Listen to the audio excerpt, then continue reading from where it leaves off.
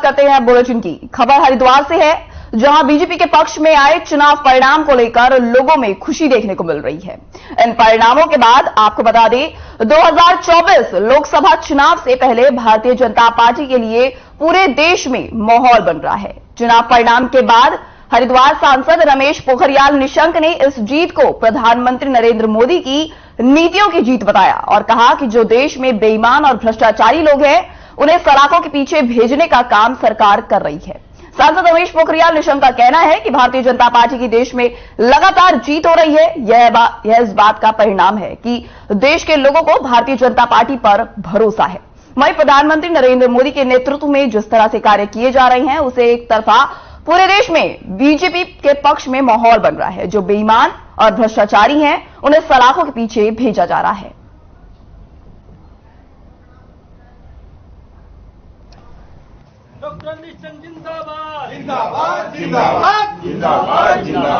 Bharatiya Janata party की लगातार जीत हो रही है।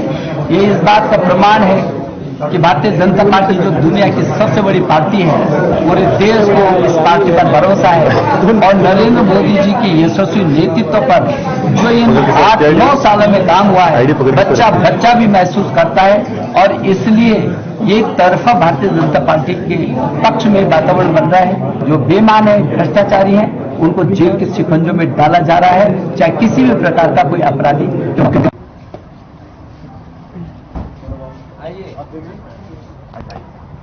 डॉक्टर निशंक जिंदाबाद जिंदाबाद जिंदाबाद जिंदाबाद जिंदाबाद। अध्यक्ष महोदय,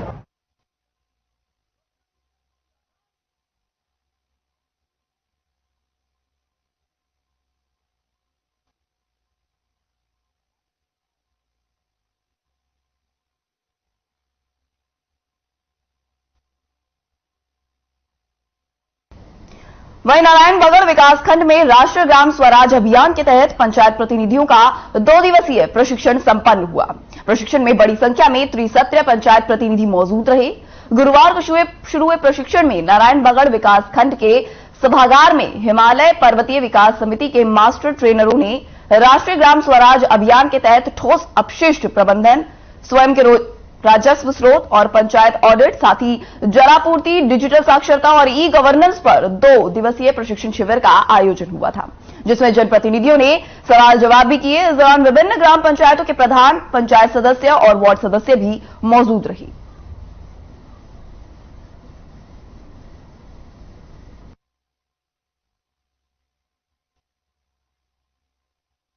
आपका मीडिया प्रोवाइडर का। और जो प्रशिक्षण 2 दिवसीय यहाँ पर कल से चल रहा है और आज फाइनल है, और इसमें ठोस अवशिष्ट के बारे में बताया गया और जो पंचायत राज एक्ट के बारे में बताया गया और विभिन्न जो गांव में चल रहे बीज से संबंधित या मनरेगा से संबंधित सभी जानकारी हमें यहाँ प्राप्त हुई। और अच्छा जो हमारे ट्रेनर आ रखे हैं बाहर से, इन्होंने अच्छा ही प्रशिक्षण दिया और मैं इनका आभार व्यक्त करना चाहता हूँ। खंड विकास अधिकारी जी का और जो यहाँ के प्रमुख जी हैं और सभी प्रधानगणों का हार्दिक अभिनंदन करता हूँ। विशेष रूप से जो यहाँ के ब्लॉक प्रमुख जी हैं, खंड विकास अधिकारी जी हैं, उन्होंने जो है इस कार्यक्रम को सफल बनाने में हमारी मदद की है और उन्होंने जो सभागार जो है हमको यहाँ पर व्यवस्था करी है, इसके लिए मैं धन्यवाद दूंगा। फिर इससे पंचायत चुनाव में जितने भी चुने हुए जनप्रतिनिधि हैं, तो इस कार्यक्रम के अंतर्गत हमने उनको यहाँ पर गांव को स्वच्छ रखने के लिए यहाँ पे कार्यशाला का जो आयोजन किया गया, इसमें जो ट्रेनर लोग आए थे, बहुत अच्छी प्रकार से यहाँ पे ट्रेनिंग हुई और सारे प्रधान लोग इस ट्रेनिंग से जो है बड़े प्रभावित हुए। इन लोगों ने जो है बहुत अच्छी प्रकार से किस प्रकार से यहाँ पे समाधान करें और गाँव में स्वच्छता किस प्रकार से बरकरार रखें। हमने जब इन लोगों से बात की तो इन लोगों ने ये कहा कि हमारे पास हम जो है आने जाने का किराया प्लस खाना चाय वगैरह की सारी व्यवस्था हमारे द्वारा की जाएगी।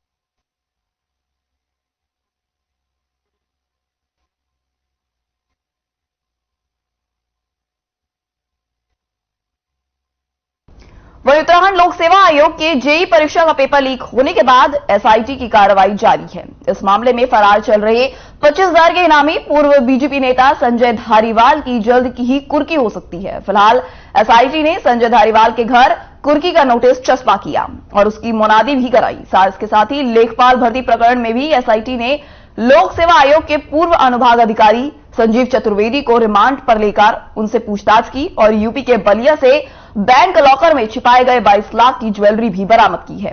साथ ही संजीव चतुर्वेदी के भतीजे अनुराग पांडे को भी रिमांड पर लेकर 2,70,000 रुपए की नकदी बरामद की गई है।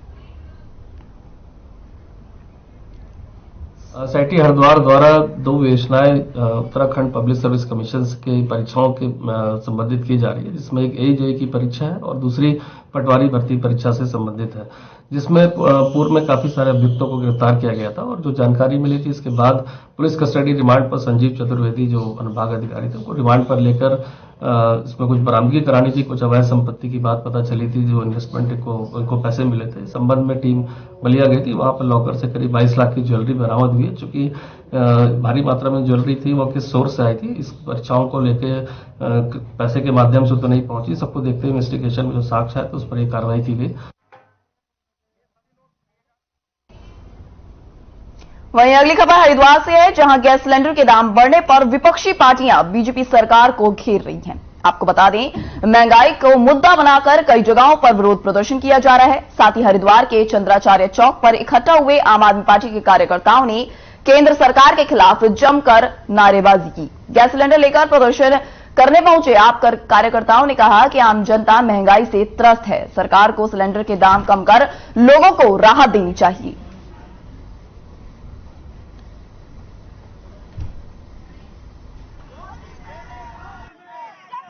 ये सिलेंडर के जो दाम बढ़ाए गए हैं, बहुत ही मतलब एकदम से 50 रुपए बढ़ा दिए गए हैं और कॉमर्शियल सिलेंडर पे 351 रुपए। तो उसके विरोध में आज आम आदमी पार्टी अपना प्रदर्शन कर रही है। मतलब जो मध्यम वर्गीय लोग हैं और जो गरीब लोग हैं, आम ये इनको जो है भारतीय जनता पार्टी ने अपनी बपौती समझ लिया है, बिल्कुल भी इनका ध्यान नहीं दे रहे हैं और महंगाई को एकदम से बढ़ाते चले जा रहे हैं। ये जो गरीब आदमी का जो है, एक तो उसकी एक मुख्य साधन है, मतलब खाना बनाने का एक मुख्य चीज है, उसी को बढ़ा रहे हैं। उसके विरोध में हम महिला मोर्चा कार्यकारी प्रदेश अध्यक्ष सीमा भंडारी जी और महिला मोर्चा जिलाध्यक्ष ममता सिंह जी और पूरी अपनी मां शक्ति के साथ हम जो है यहाँ प्रदर्शन करने आए हैं।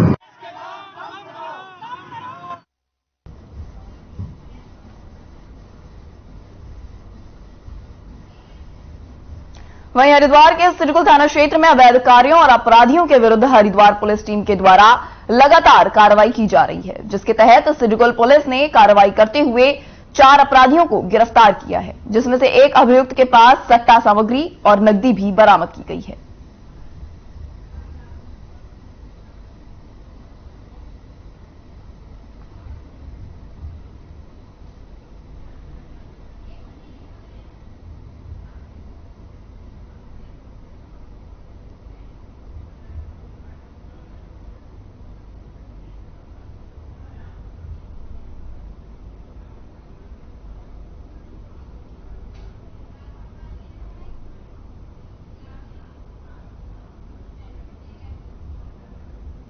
वहीं उत्तराखंड में 4 धाम यात्रा में ऑनलाइन पंजीकरण और दर्शनार्थियों की संख्या के निर्धारण को लेकर तीर्थ पुरोहित और होटल एसोसिएशन इस व्यवस्था का लगातार विरोध कर रही हैं।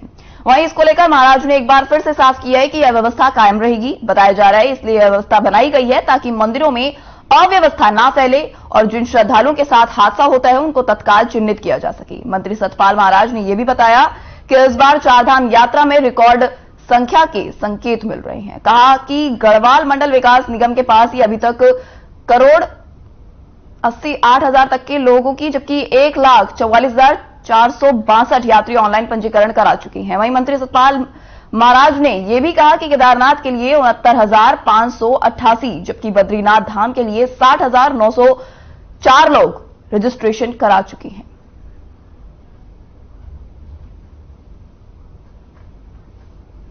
TNVN गेस्ट हाउसों में दिनांक 16 फरवरी से लेकर 27 फरवरी तक 2,78,08,979 रुपए की धनराशि की हमारी बुकिंग हो चुकी है, तो ये बड़ा शुभ संकेत है। और दिनांक 18 फरवरी से प्रारंभ हुए यात्रियों का पंजीकरण जो है, जो बद्रीनाथ केदारनाथ में हुआ है, 1,44,462 यात्री अपना पंजीकरण करा चुके हैं। पंजीकरण बहुत आवश्यक होता है, इससे यात्रियों का पता रहता है, कोई हादसा हो जाता है तो हमें पता रहता है कि यात्री कहाँ के थे और उनकी सूचना हमारे पास होती है। यमुनोत्री या गंगोत्री की 10,000 से अधिक है यमुनोत्री की, और उसका निर्धारण केवल 5500।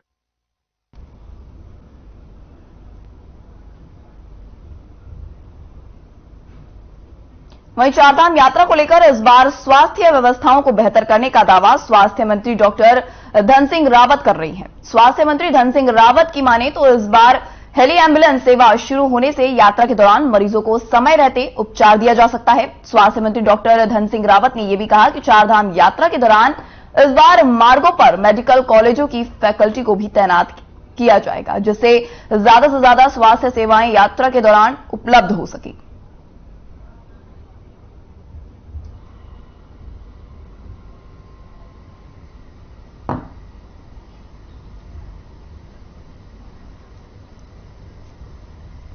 ये संभावना है कि चारधाम यात्रा में 50 लाख से ज्यादा लोग आने की संभावना है, और इसलिए मुख्यमंत्री जी ने भी 2 बार समीक्षा कर दी है। मैं भी रुद्रप्रयाग जिला, पौड़ी जिला, टिहरी जिले की समीक्षा बैठक करके आ गया हूं, और जल्दी जो है हम लोग एक स्वास्थ्य की बड़ी बैठक करने जा रहे हैं।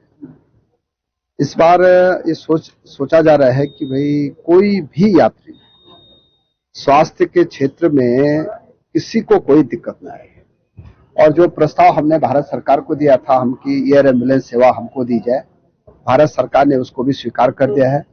और भारत सरकार ने कहा है कि एम्स ऋषिकेश और उत्तराखंड राज्य सरकार दोनों मिला के इस प्रोजेक्ट को आगे बढ़ाएंगे, और उसकी स्वीकृति भी भारत सरकार ने दे दिया। वहीं ऋषिकेश में आस्था के पथ पर प्रेमी जोड़े जमकर अश्लीलता फैला रही हैं। इससे आस्था के पथ के साथ मां गंगा की आस्था को भी ठोस पहुंच रही है। आपको बता दें कि गंगा तट के किनारे कई कपल बैठते हैं, जिससे इलाके का माहौल खराब होता है। देश विदेश से आने वाले पर्यटक भी इस नजारे को देख के शर्मसार होती हैं। साथ ही इससे तीर्थ नगरी की पवित्र छवि धूमिल होती है। आपको बताते चले कि इन तस्वीरों को दिखाकर हमारे चैनल का मकसद किसी को बदनाम करने का नहीं, बल्कि जिम्मेदारों को आगाह करना है, जो इस अश्लीलता को रोकने में दिलचस्पी लेते हुए दिखाई नहीं दे रही है।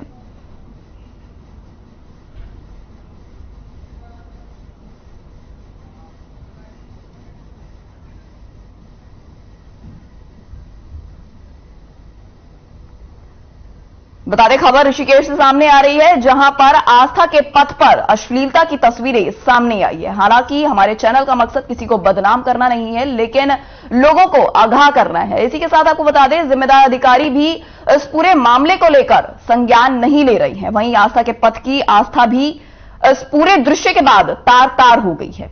तस्वीरों में आप देख सकते हैं कि किस तरीके से ऋषिकेश से ये तस्वीरें सामने आई है। मां गंगा के तट के किनारे एक प्रेमी जोड़े अश्लीलता फैलाते हुए नजर आए हैं, जिसको लेकर अधिकारियों ने भी अभी तक कोई संज्ञान नहीं लिया है, जो कि एक बड़ा सवाल शासन प्रशासन पे उठाती है। तस्वीरों में आप देख सकते हैं कि इस तरह से ऋषिकेश, जो पर्यटन स्थल माना जाता है, आस्था का केंद्र माना जाता है, तमाम श्रद्धालु हर साल यहां पर मां गंगा के दर्शन करने के लिए आते हैं, साथ ही तमाम अन्य तीर्थ स्थलों के दर्शन के लिए यहां पर आते हैं। लेकिन वहीं पर एक प्रेमी जोड़े ने इस तरह से अश्लीलता फैलाई कि अब तस्वीरें सोशल मीडिया पर भी वायरल हो रही हैं। हालांकि इस पूरे मामले को लेकर अभी तक अधिकारियों की ओर से भी संज्ञान नहीं लिया गया है, जो कि जाहिर तौर पर शासन प्रशासन पर एक बड़ा सवाल खड़ा करता है। बता दें, खबर ऋषिकेश से है। वही ऋषिकेश जहां पर हर साल लाखों की संख्या में श्रद्धालु दर्शन करने के लिए आते हैं, वहीं से ये तस्वीरें वायरल हो रही हैं, जो कि अब देखते ही देखते सोशल मीडिया पर काफी तेजी से वायरल हो रही हैं। वहीं आपको बता दें, इन तस्वीरों को हमारे चैनल के माध्यम से दिखाना किसी की भावना को आहत करना नहीं है, बल्कि लोगों को आगाह करना है। वहीं आपको बता दें, अभी तक इस पूरे मामले पर शासन प्रशासन की ओर से भी कोई संज्ञान नहीं लिया गया है। हालांकि तस्वीरें सोशल मीडिया पर काफी तेजी से वायरल हो रही हैं। आस्था के पथ की आस्था तार तार हो रही है। तस्वीरों में आप देख सकते हैं कि किस तरह से प्रेमी जोड़े अश्लील हरकत करते हुए इन कैमरों में कैद हुए हैं, जिसके बाद अब देखते ही देखते तस्वीरें सोशल मीडिया पर काफी तेजी से वायरल हो रही हैं।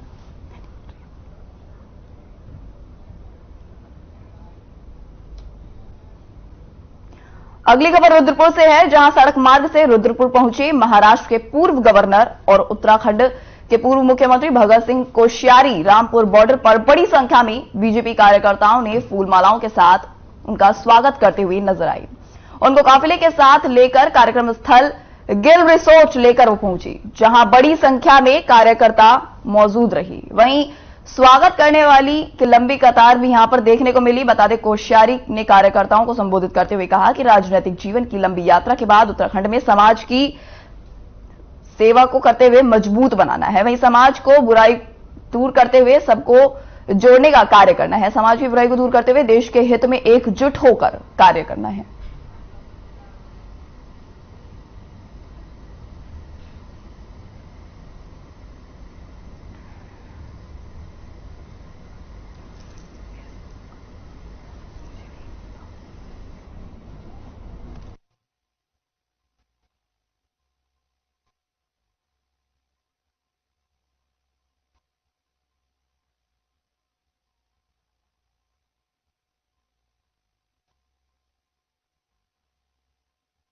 जोरदार स्वागत किया है। तस्वीरें रुद्रपुर से सामने आ रही है, जहां भगत सिंह कोश्यारी का स्वागत किया गया है, जो कि पूर्व गवर्नर भी रह चुके हैं। महाराष्ट्र के पूर्व राज्यपाल पहुंचे रुद्रपुर, जहां पर कई भाजपाइयों ने उनका जोरदार स्वागत किया। तस्वीरों में आप देख सकते हैं कि माला पहनाकर और साथ ही उन्होंने संबोधित भी किया है।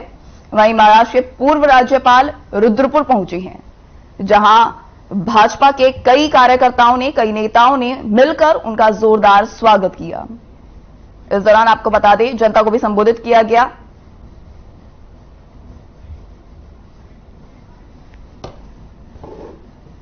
चलाना हो, अस्पताल चलाना हो, राजनीति में काम करना हो, सामाजिक काम करने हो, उन सब में मेरी सहभागिता रही है और लोगों का अनन्य प्रेम है। आज मैंने महाराष्ट्र से राज्यपाल का पद छोड़ दिया है। स्वाभाविक रूप से हमारे कार्यकर्ता, यहाँ की जनता अपना प्रेम प्रदर्शित करना चाहती है, उनका आगाध प्रेम है और उन्होंने कहा कि हम एक छोटा कार्यक्रम रख रहे हैं, आप उसमें आइए। मैं यहाँ पर आया और जितना हमारे जो कार्यकर्ता है उनका मुझे प्रेम मिला और मुझे लगता है उनके प्रेम ने अब मुझे एक बार अभिभूत कर दिया है। अब मैं अपना जीवन का जो भी समय बचा है, उत्तराखंड कैसे आत्मनिर्भर बने, उत्तराखंड में पलायन कैसे रुके, उत्तराखंड किस प्रकार से यहाँ जो बुराइयां समाज में आ रही वो दूर हों, उस दिशा में कुछ काम कर सकूं। वहीं हरिद्वार में अवैध खनन को लेकर राजस्व और खनन विभाग की टीम लगातार छापेमारी कर रही है, जिसके चलते खनन अधिकारी ने 2 स्टोन क्रशर को सीज किया। आपको बता दें, जिला खान अधिकारी और तहसीलदार के नेतृत्व में राजस्व और खनन विभाग ने लगभग 10 सदस्यीय टीम के द्वारा बुग्गावाला बंजारावाला क्षेत्र में अवैध खनन की शिकायत पर यह कार्रवाई की है।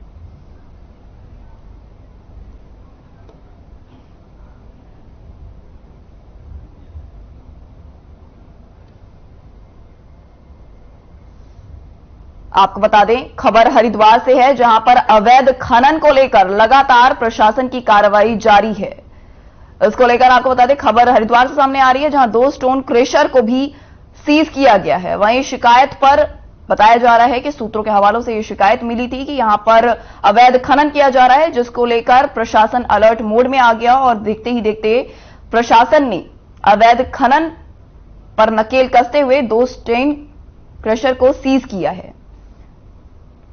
बताते हैं, हरिद्वार में अवैध खनन को लेकर प्रशासन की ओर से कड़ी कार्रवाई लगातार की जा रही है। इसी कड़ी में हरिद्वार में 2 स्टोन क्रशर को भी सीज कर प्रशासन को बड़ी सफलता हाथ लगी है। हालांकि बताया जा रहा है कि सूत्र के मुताबिक उन्हें शिकायत मिली थी कि यहां पर अवैध खनन किया जा रहा है, जिसको लेकर अवैध खनन पर पुलिस की ओर से यह कार्रवाई की गई है और कार्रवाई के दौरान आपको बता दें 2 स्टोन क्रशर सीज किया गया है। हालांकि पुलिस प्रशासन लगातार ऐसे अवैध खनन को लेकर नकेल कसते हुए लगातार ऐसे अवैध खनन पर धरपकड़ करने में जुटा हुआ है।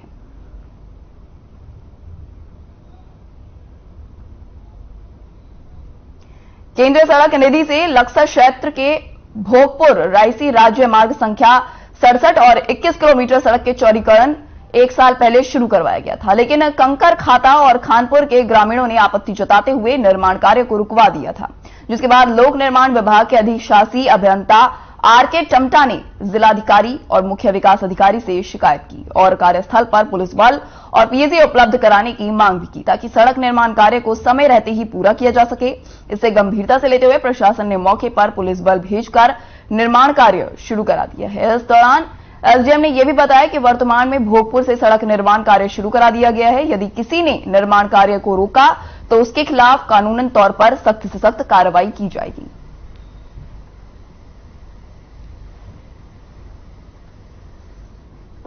बता दें खबर लक्सर से है, जहां सड़क चौड़ीकरण को लेकर काम हो रहा है और इसको लेकर ये काम जल्द से जल्द पूरा हो सके, इसको लेकर सख्त दिशा निर्देश भी दिए गए हैं। आपको बता दें 1 साल पहले ये काम शुरू हुआ था, जिसको लेकर अब एसडीएम ने भी ये बात सामने रख दी है कि समय रहते ही कार्य पूरा किया जाए और जो भी अगर कार्य को करने में बाधा डालेगा तो उसके खिलाफ कानूनी तौर पर सख्त से सख्त कार्रवाई की जाएगी।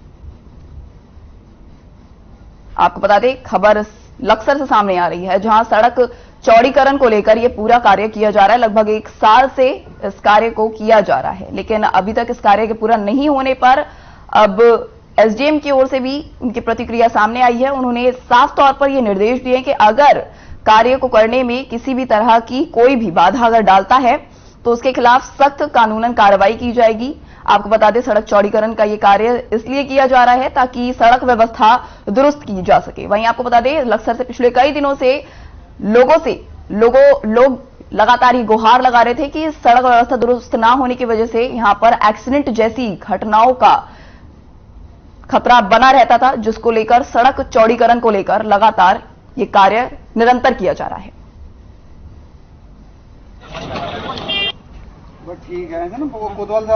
सड़क निर्माण चल रहा पीडब्ल्यूडी का, उसमें कंगड़ खाता एक गांव है, उसमें कुछ विवाद ग्रामीणों के द्वारा किया गया था पूर्व में। अभी वर्तमान में कोई विवाद नहीं है। भोगपुर की तरफ से पीडब्ल्यूडी सड़क निर्माण कर रही है। उसके बाद कंकड़ खाता में यदि किसी प्रकार का विरोध या कुछ किया जाता है तो पर्याप्त फोर्स बुला करके वो सड़क निर्माण का कार्य सुचारू रूप से संचालित किया जाएगा। फिलहाल इस बुलेटिन में इतना ही। मुझे दीजिए इजाजत। धन्यवाद।